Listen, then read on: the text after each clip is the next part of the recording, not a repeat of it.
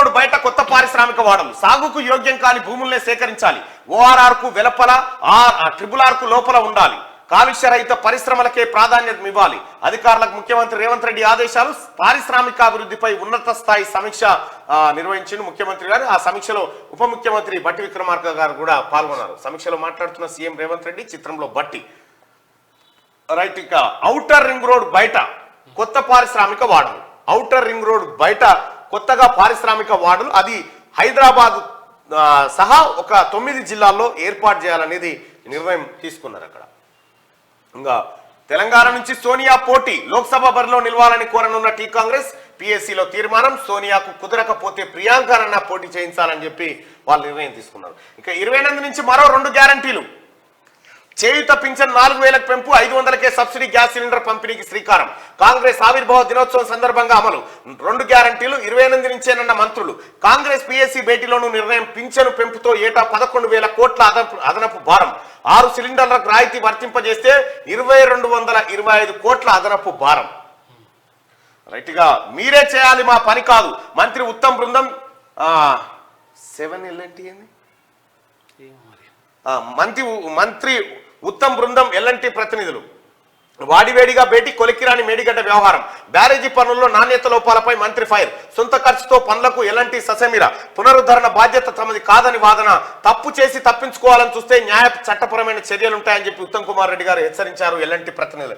వాస్తవానికి ఎల్ఎన్టీలకు కాంట్రాక్ట్ అప్పచెప్పి కమిషన్లు కొట్టింది కేసీఆర్ కుటుంబం. మేము ఇవ్వాల్సిన కమిషన్లు ఇచ్చేసినాం, మళ్ళీ ఎందుకు పెడతాం మేము అనేది వాళ్ళ వాదన.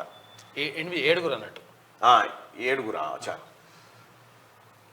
ఇందిరమ్మ రాజ్యం ఇంటింటా సౌభాగ్యం నినాదంతో రాష్ట్రంలో అధికారంలోకి వచ్చిన కాంగ్రెస్ ప్రభుత్వం ఎన్నికల హామీ మేరకు 6 గ్యారంటీల అమలును చకచకా చేపడుతోంది.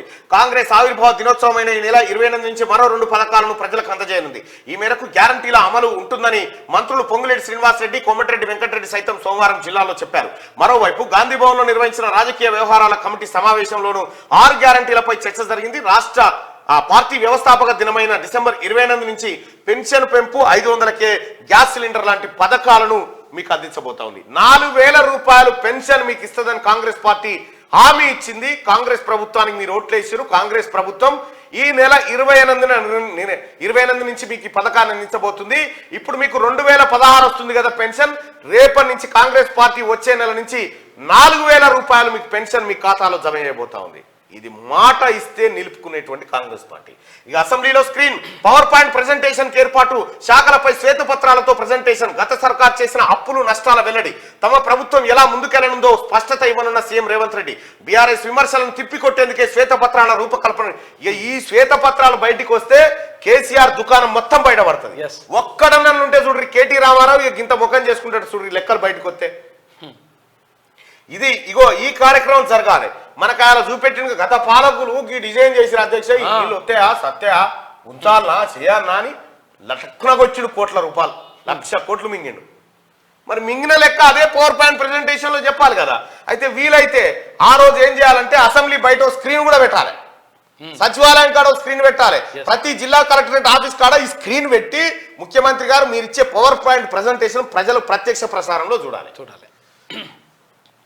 అసెంబ్లీలో స్క్రీన్